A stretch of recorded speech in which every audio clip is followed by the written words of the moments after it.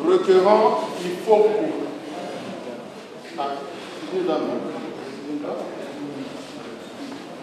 Madame, il faut. Madame, il faut pour Marie-Josée a saisi votre recours. Votre cours en contestation d'une décision qui venait d'être prise par la Commission électorale nationale indépendante, décision qui avait été publiée à 2 h du matin, c'était samedi 25 août de l'année en cours.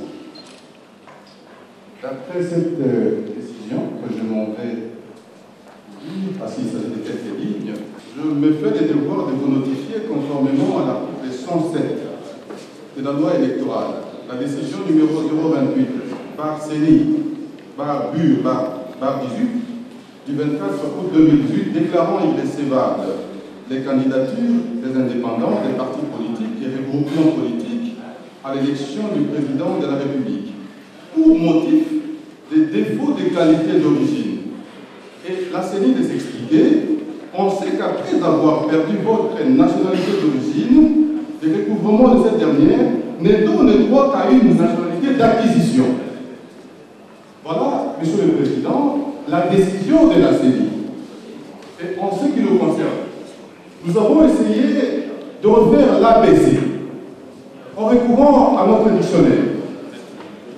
En parcourant notre dictionnaire, en le lisant, il est dit que l'on ne peut recouvrer que ce que l'on a perdu.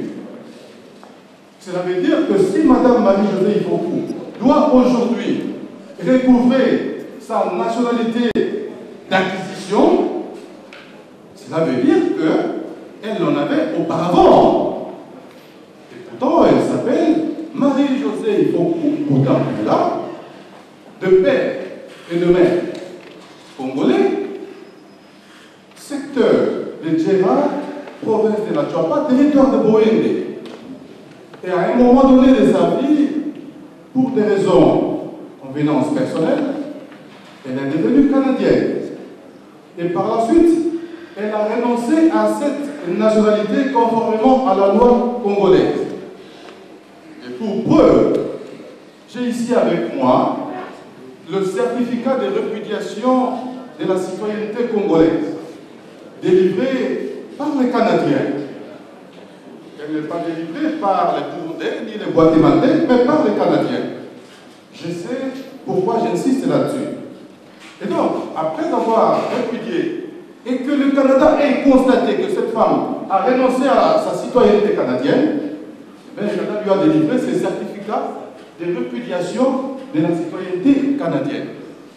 Donc, ici, en ce qui nous concerne, nous avons essayé de réserver des répliques à la CENI, parce que nous estimons que la CENI s'est vraiment trompée.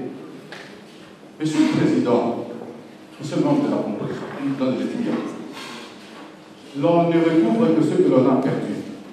Et nous avons interrogé la loi sur la nationalité. Les confrères pourront nous donner des précisions sur les numéros de référence. Cette loi, en son article 10, la nationalité congolaise s'acquiert par le fait de la naturalisation, de l'option, de l'adoption, du mariage ou de la naissance et de la résidence en République démocratique du Congo. Les cas que je viens d'énumérer sont vraiment limités par la loi. Ça, c'est une matière légale et ne relève que de la volonté du législateur. Donc, ce que la CENI a donné comme conclusion est tout à fait illégal et n'a aucun soubassement juridique. Vous vous souvenez du principe de la légalité des décisions de la CENI, parce que conformément à la Constitution, les attributions que la loi accorde à la CENI, dans ces attributions-là, vous ne retrouvez pas celles qui consistent à s'arroger les pouvoirs qui ne sont reconnus qu'au seul juge. La même Constitution, en son article 62, si je m'abuse, nul n'est censé ignorer la loi et toute personne doit respecter la Constitution. Et cette Constitution n'a pas reconnu à la CENI ses pouvoirs. La CENI est esclave de la loi électorale.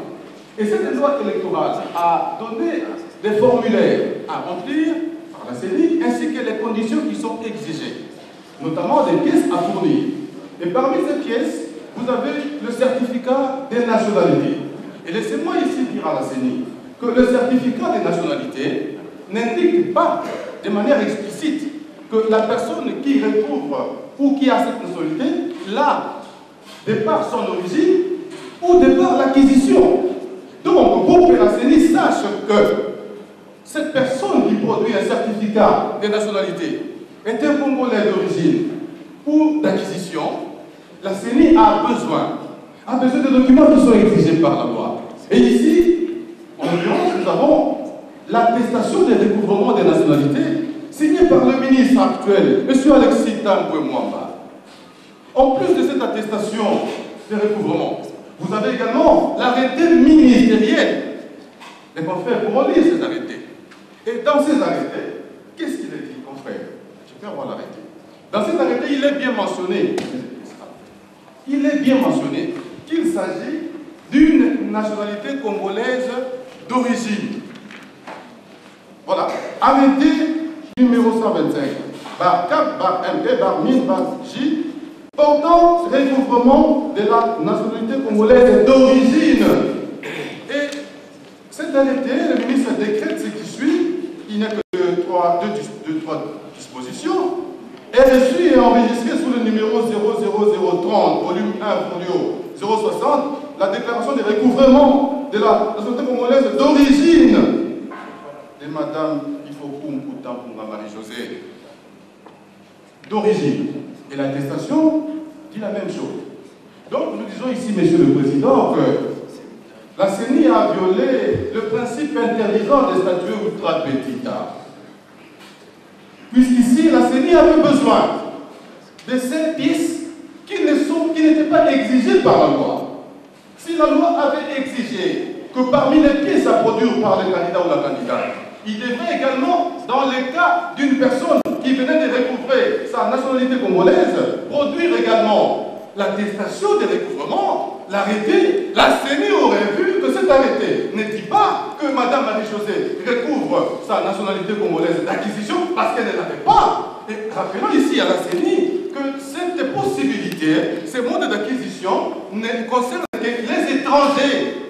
La CENI a effectivement reçu le dossier des candidatures à l'élection du président de la République de Madame Marie-Josée Ifokou Mputampunga. Au niveau du BRTC, le dossier a été examiné.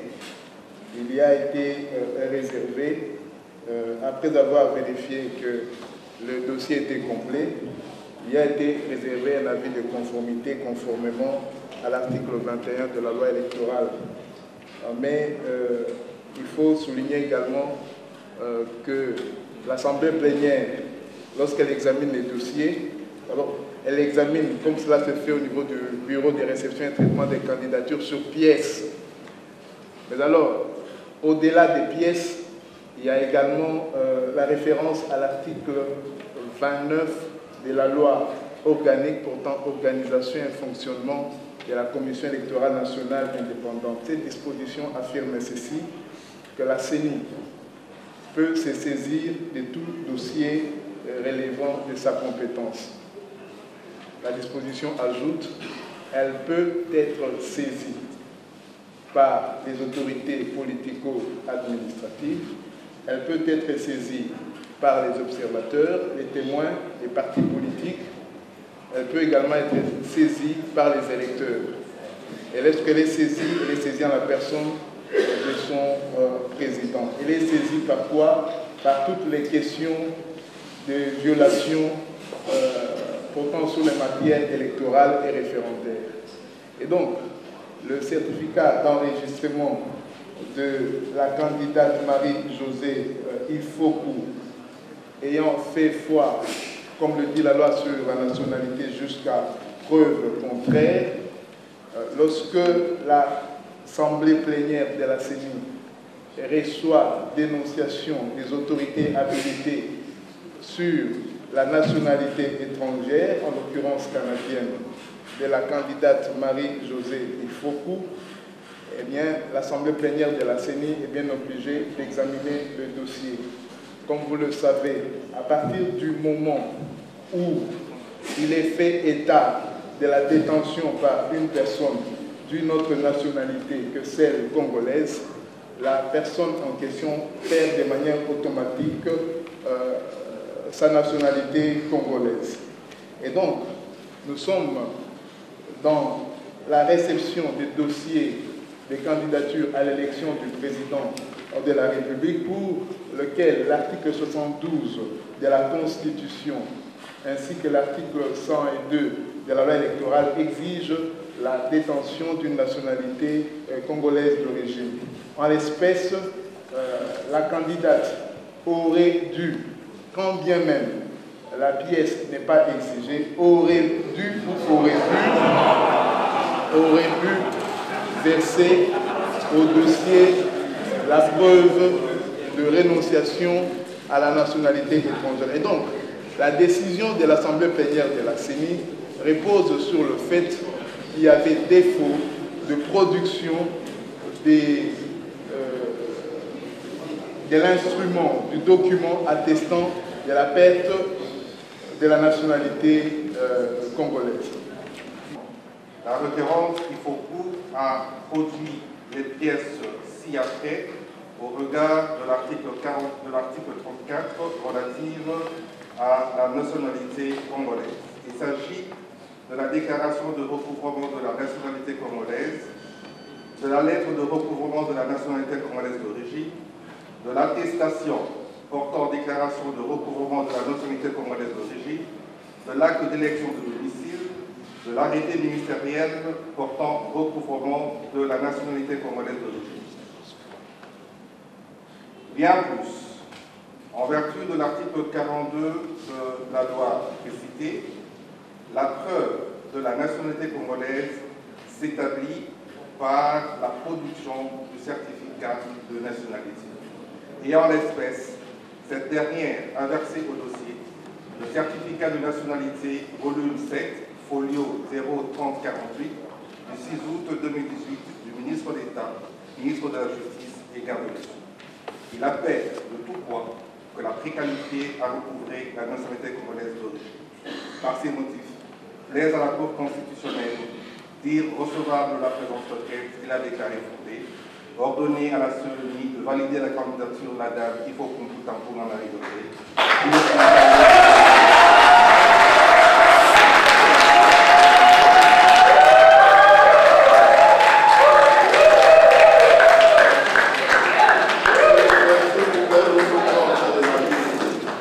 La Cour espère que ces applaudissements ne sont pas des moyens de pression sur elle. Elle remercie en conséquence le monsieur le procureur général pour son avis, clôt le débat et prend la pause en délibéré pour son arrêt qui interviendra dans le délai.